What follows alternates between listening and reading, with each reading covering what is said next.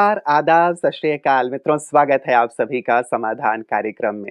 लगातार संबंधों पे हमारी चर्चा हो रही है कि परमात्मा हमारी माता, पिता, बंधु, सखा सब कुछ हैं और वो अपना सब कुछ हमें देना चाहते हैं, हमारी मदद करना चाहते हैं, लेकिन शायद वो हम अनुभव नहीं कर पा रहे हैं, रिसीव नहीं कर पा रहे हैं उनकी मदद को।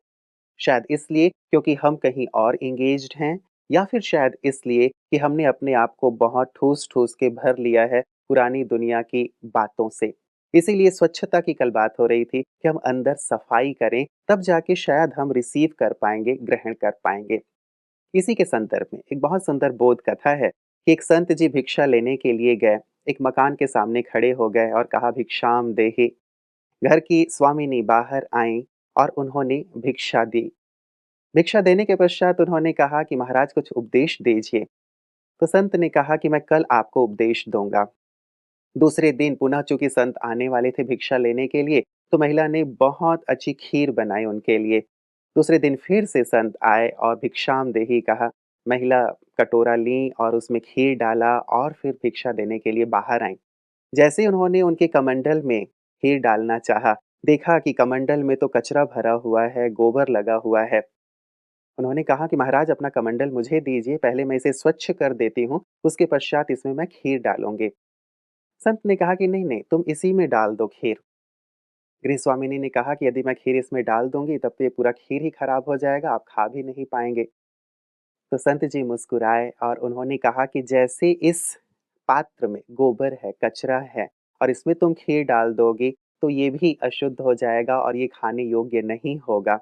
वैसे ही जब तक तुम्हारे अंदर कुछ कचरा है, गंदगी है, मैल है, उसमें यदि मैं उपदेश का अमृत भी डालूँगा, तो शायद वो कार्य नहीं करेगा। इसीलिए पहले अपने अंदर की सफाई करो। जब अंदर स्वच्छ हो जाएगा, तब तुम्हें जो उपदेश दिया जाएगा, उसे तुम ग्रहण कर पाओगे। मित्रों, कितनी सार्थक बात है कि अंदर यदि गंदगी है, मैल है, ईर्ष्या है, द्वेष है, घृणा है, तो शायद अच्छी बातें हम सुनते भी हैं लेकिन उनका प्रभाव समाप्त हो जाता है और फिर से हम ज्यों के त्यों हो जाते हैं, पर नाला वहीं का वहीं बहता रहता है। इसीलिए आवश्यक है कि अंदर की सफाई हो, पश्चात सुंदर बातें हमारे जीवन में आएँगी और जीवन भी खूबसूरत होता जाएगा। इसी की बात कल भ्राता जी कह रहे थे कि अंदर जो हमारा पात्र है, बुद्धि रूपी पात्र, वो स्वच्छ होना चाहिए। तो इसी सुंदर बात के साथ आइए आज के समाधान की शुरुआत करते हैं। अभिनंदन करते हैं आदरणीय भ्राता जी का। भ्राता जी बहुत-बहुत स्वागत और अभिनंदन है। थैंक इस यू। बोध कथा के साथ-साथ मैं एक प्रश्न जोड़ना चाहूँगा। सफाई कर लें, पश्चात सुनें उपदेश या सुनते जाएँ, पश्चात सफाई होती जाएगी? देखिए, पहले उपदेश सुनना होता है, क्योंकि ये उपदेश दिया जाएगा कि सफाई कैसे करें। उपदेश माना एक ट्रेनिंग दी जाएगी कि अंदर में क्या रखें और क्या निकाल दें। मान लो किसी के मन में उसने 2-4 लोगों के लिए वैर भाव रखा हुआ है। अभी उसे भी आभास होता है कि मेरे मन में वैर भाव है जो मुझे अशांत कर रहा है, हुँ, लेकिन वो कैसे निकाले ये उसे आता नहीं। इसके लिए कुछ शिक्षाओं की जरूरत होती है। इसलिए शिक्षाएं लेते चलें, सफाई करते चलें और जो जो सफाई होती जाएगी शिक्षाएं धारण होती जाएंगी। पर ये ध्यान दें कि हमें सफाई करनी है। बिल्कुल। मतलब सुनना आवश्यक है, तभी ये सफाई होती चली जाएगी। तो सफाई हो जाए उसके बाद हम सुनें इसका इंतज़ार करने की बजाय हम हाँ, सुनते चलें अच्छी बातों को और पश्चात सफाई हमारी होती चलेगी। कभी कभी ऐसा भी होता है, मान लो किसी पात्र में गंदा पानी है, जी। उसमें ऊपर से स्वच्छ पानी खोल दिया जाए हुँ, तो हुँ। धीरे-धीरे सारा पानी स्वच्छ हो जाएगा। तो अच्छी बातें सुनते-सुनते जो गंदगी अंदर भरी है वो भी आपे ही भी समाप्त हो जाती हैं। बिल्कुल, बिल्कुल। लता जी, अभी विशेष करके हमारे देश में भी एक सफाई अभियान हमारे प्रधानमंत्री मोदी साहब ने चलवाई हुई है और जगह-जगह लोग झाड़ू लेके निकल पड़े हैं।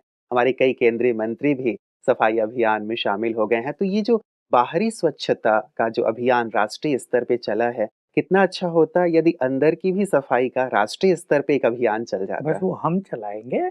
देखिए, नेता लोग भी एक अच्छा कार्य करते हैं और अच्छा है, बाहरी सफाई का असर मन पे भी पड़ता है। हुँ, अमेरिका में जाएँ, ब्रिटेन, कहीं जर्मन कोई में जाएँ, कचरा दिखाई हाँ, नहीं तो देता। साफ कोई थूकेगा ही नहीं जी, रास्तों जी। में। तो उनकी ये कल्चर बन गई है, उनकी एजुकेशन बन गई है। हमारे देश में ये नहीं है।